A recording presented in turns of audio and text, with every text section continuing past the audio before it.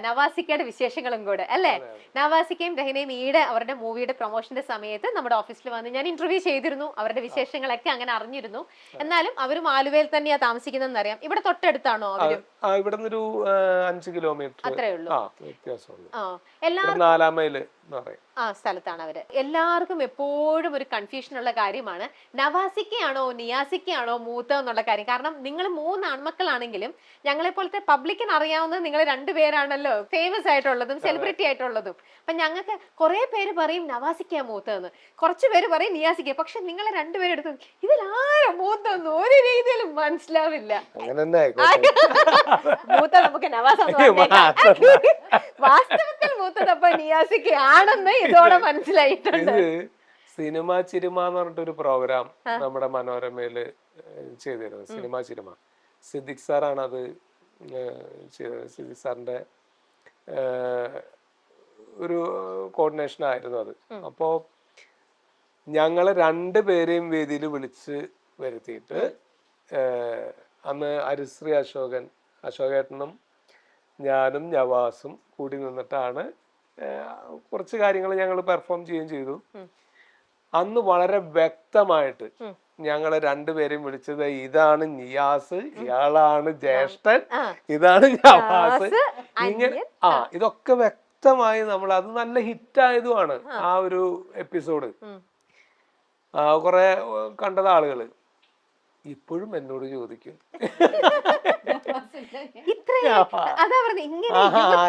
ആരാ ജ്യേഷ്ഠൻ.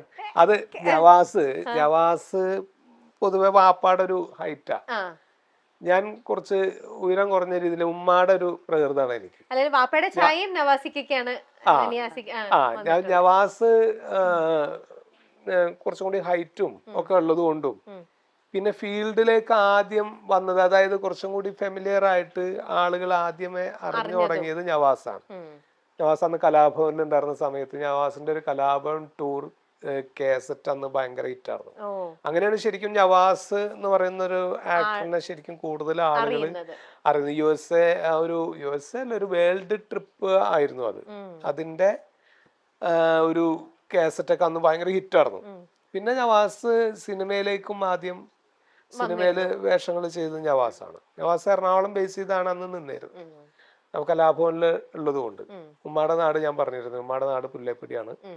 കലാഭവന്റെ ടൗൺ ഹാളിന്റെ ഇടയിലൂടെയുള്ള ആ ഒരു വഴിയാണ് ഉമ്മാടെ വീട്ടിലേക്ക് പോകുന്ന വഴി.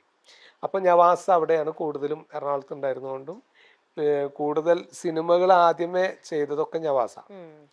അപ്പോ ഫസ്റ്റ് ഈ രംഗത്തേക്ക് വരുന്ന ഒരാളും പിന്നെ കാഴ്ചയിലും എന്നേക്കാൾ കുറച്ചും കൂടി ഹൈറ്റും കാര്യങ്ങളൊക്കെ, അപ്പൊ ഇയാളാണ് ജ്യേഷ്ഠൻ എന്നുള്ളത് എല്ലാവരും കൂടി അങ്ങോട്ട് ഫിക്സ് ചെയ്തതാ. അപ്പൊ നവാസിക്ക് ഇടയ്ക്കെങ്കിലും വന്ന് പറഞ്ഞിട്ടില്ലേ മനുഷ്യൻ നിങ്ങൾക്ക് പ്രായമായി ഞങ്ങള് 2 വയസ്സിന് വ്യത്യാസമുള്ളൂ. ഞങ്ങള് എടാപോട ടീമാണ്. ഒരു ഈ പറഞ്ഞ പോലെ ഒരു ജ്യേഷ്ഠൻ അനുജൻ അങ്ങനെ ഒരു റെസ്പെക്ട് ചെയ്തിട്ടുള്ള ഒരു സംഗതി, ഒരു ഫ്രണ്ട്ഷിപ്പ് രീതിയിലാണ് ഞങ്ങളുടെ ഒരു പോക്ക്.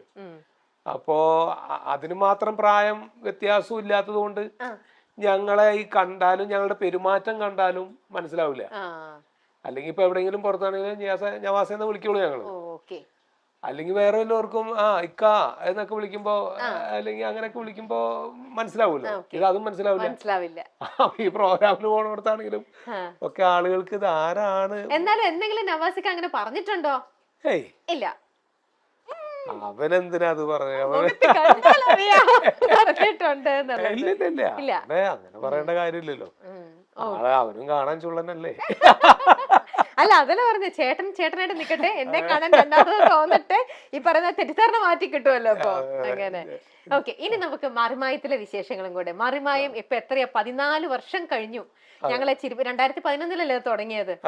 എത്ര 14 വർഷം കഴിഞ്ഞ് ഇങ്ങനെ നമ്മളെ രസിപ്പിച്ചോണ്ടിരിക്കുന്ന ഒരു ഇതാണ്. എത്ര കണ്ടാലും നമുക്ക് മടുക്കില്ല, മതിയാവില്ല, പിന്നെയും പിന്നെയും ഇങ്ങനെ കാണാൻ തോന്നിക്കൊണ്ടേയിരിക്കും. അതിന്റെ ഷൂട്ടും കാര്യങ്ങളും ഒക്കെ ആയിട്ട് എറണാകുളത്ത് തന്നെയാണ് ഇപ്പോഴും അല്ലേ? ഇവിടെ അപ്പൊ അതങ്ങനെ ഉണ്ട്. നമ്മുടെ അരൂര് മനോരമയുടെ സ്റ്റുഡിയോ ഉണ്ടല്ലോ, അവിടെയാണ് അതിന്റെ ഷൂട്ടും കാര്യങ്ങളൊക്കെ. സ്റ്റുഡിയോയിൽ ഒരു ഫ്ലോർ ഉണ്ട് നമുക്ക്, ഓഫീസ് സീൻസും കാര്യങ്ങളൊക്കെ എടുക്കാനായിട്ട്. അത് കൂടാതെ പിന്നെ സ്റ്റുഡിയോയുടെ പരിസരത്തുള്ള ചില സ്ഥലങ്ങളൊക്കെ അതെ ഓക്കെ. ഞാൻ തൊട്ട് മുന്നേ ഇക്കയുടെ അടുത്ത് ചോദിച്ചിരുന്നു നമ്മുടെ അന്നത്തെ രസങ്ങളുടെ ഭാവം ചെയ്യുമോ എന്ന് ചോദിച്ചിട്ട്, രസങ്ങൾ ചെയ്യുമോ. അപ്പൊ ഇക്ക അത് വേണ്ട, അത് കുറെ കഴിഞ്ഞു, അത് നീ ചെയ്യുന്നില്ല എന്ന് പറഞ്ഞു. അല്ല, ചെയ്യില്ല എന്ന് പറഞ്ഞ വേറെ ഒന്നല്ല, നമ്മൾ ഈ മീഡിയ വഴി വരുമ്പോഴേ അങ്ങനെ കുറെ പേര് കണ്ടിട്ടുള്ളത് കൊണ്ട് എന്നോട് പലരും റിക്വസ്റ്റ് ചെയ്തു അത് തന്നെ ഇങ്ങനെ കാണിക്കല്ലേ, പുതിയത് പുതിയ ഐറ്റം എവിടെ ക്യാമറ, പുതിയ ഐറ്റം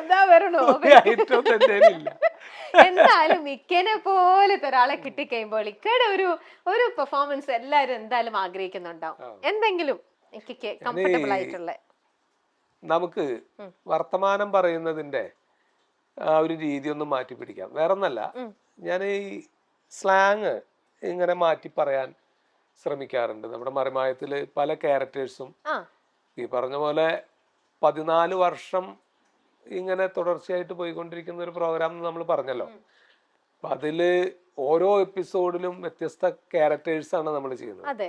അപ്പൊ ഈ ക്യാരക്ടേഴ്സിന്റെ ചേഞ്ച് മനസ്സിലാവാൻ വേണ്ടി നമ്മൾ രൂപങ്ങൾ മാറ്റും, നമ്മുടെ സംസാര ശൈലി മാറ്റും, നമ്മുടെ ബിഹേവിങ് സ്റ്റൈല് മാറ്റും, ഓരോ പ്രായങ്ങൾക്കനുസരിച്ചിട്ടുള്ള ഒരു ബോഡി ലാംഗ്വേജ്, അങ്ങനെ പല രീതിയിലും പിടിച്ചു നോക്കും.